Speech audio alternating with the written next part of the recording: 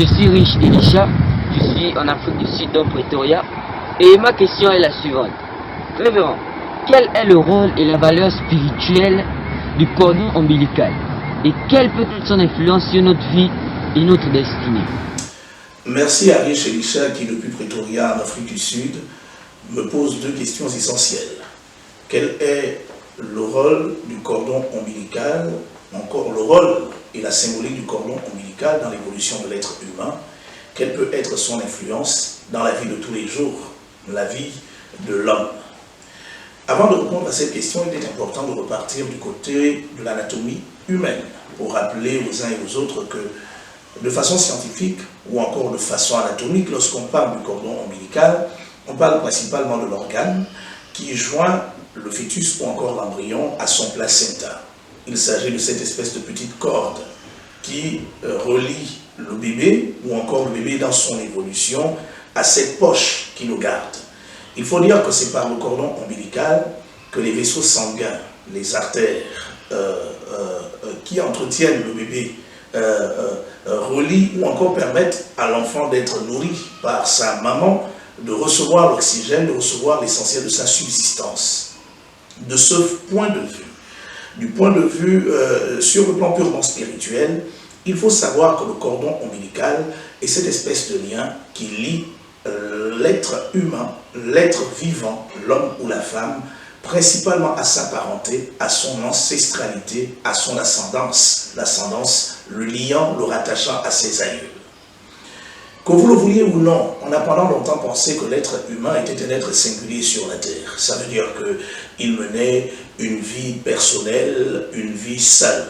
Non, l'être humain, c'est comme un arbre qui provient principalement d'une racine, qui s'étend à partir d'un tronc, et puis finalement connaît des branches, jusqu'aux feuilles, aux fleurs et même aux fruits. Il est important de nous rappeler les uns les autres que chaque être humain est lié à la fois à son ascendance, mais aussi à sa descendance. À son ascendance par son père, sa mère, ses grands-parents, ses arrière-grands-parents, jusqu'à ses ancêtres.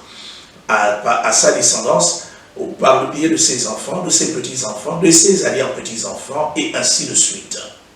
Cela veut dire en réalité que tout ce dont nous sommes porteurs, tout ce que nous transportons à l'intérieur de nos gènes, par le biais de l'ADN, nous viennent bien de quelque part. Voici d'ailleurs pourquoi il y a un célèbre adage qui dit que les ressources dont nous disposons dépendent principalement de la qualité de la source dans laquelle nous prenons ou encore nous tirons nos origines.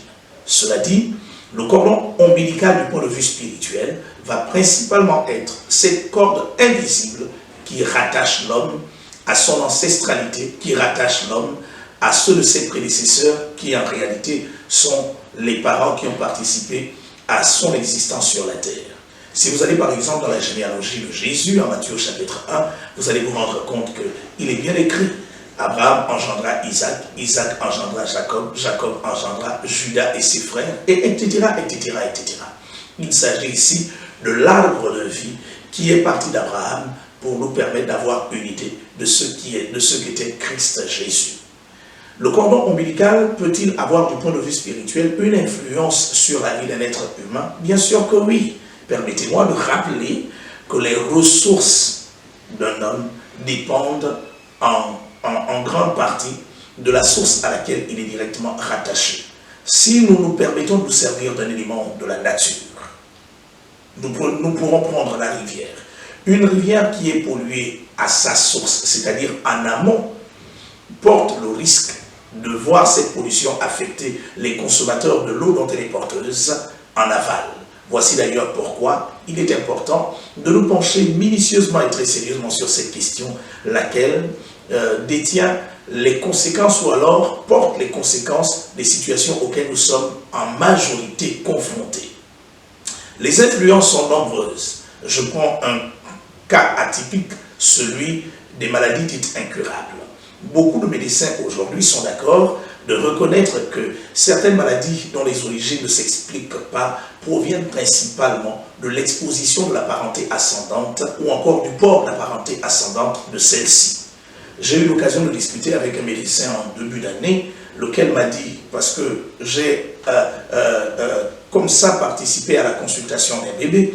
Dès lors que ce médecin m'a dit ce bébé risque d'être asthmatique à cause du fait des antécédents asthmatiques de sa mère principalement. Voici d'ailleurs pourquoi il est important que les parents prennent des dispositions à tel et à tel et à tel et à tel et à tel niveau pour que cet enfant ne soit pas victime de ce dont est porteuse sa propre maman. Si du point de vue biologique, anatomique, ce genre de choses sont constatées, à combien plus forte raison sur le plan spirituel. Vous évoluez, vous êtes issu, vous êtes né d'une parenté ayant eu un ensemble de choses, une implication dans un ensemble de choses, que vous le vouliez ou non. Ces choses auront soit alors une influence sur votre personne, ou alors elles vont complètement gérer votre personnalité au point d'en déterminer ce que vous serez dans votre futur. Donc le cordon ombilical a une véritable influence. Voici pourquoi, du point de vue spirituel, il est important que cette rupture ait lieu. Lorsque Dieu disait à Abraham, Genèse chapitre 12, à partir du verset 1er, va-t'en de ton pays, de ta patrie, de la maison de ton père, vers un pays que moi je te montrerai, je te bénirai, je rendrai ton nom grand, je bénirai ceux qui te béniront, je maudirai ceux qui te maudiront. Dieu était en train de révéler à Abraham la nécessité pour lui de se détacher de cette influence parentale, laquelle pouvait constituer une véritable emprise sur sa personne, de sorte que malheureusement ce dernier ne conduise pas la félicité pour le long terme. Pour revenir dans le cas du Nouveau Testament, Jésus l'a dit clairement, si quelqu'un ne hait son père, sa mère, ses frères, ses sœurs, il ne peut être, et ne me suive, il ne peut être mon disciple. Il ne s'agit pas ici de ce dépit haineux qui vise à faire du mal à nos parents, il s'agit principalement d'un véritable détachement. Je crois que c'est également cela l'origine de la notion de la sanctification, qui est cette forme de détachement dont nous avons tous besoin, des différentes influences auxquelles nous avons fait face, afin d'avoir pour seul sauveur, seul Seigneur, seul Maître, seul dominateur, Dieu et Dieu seul.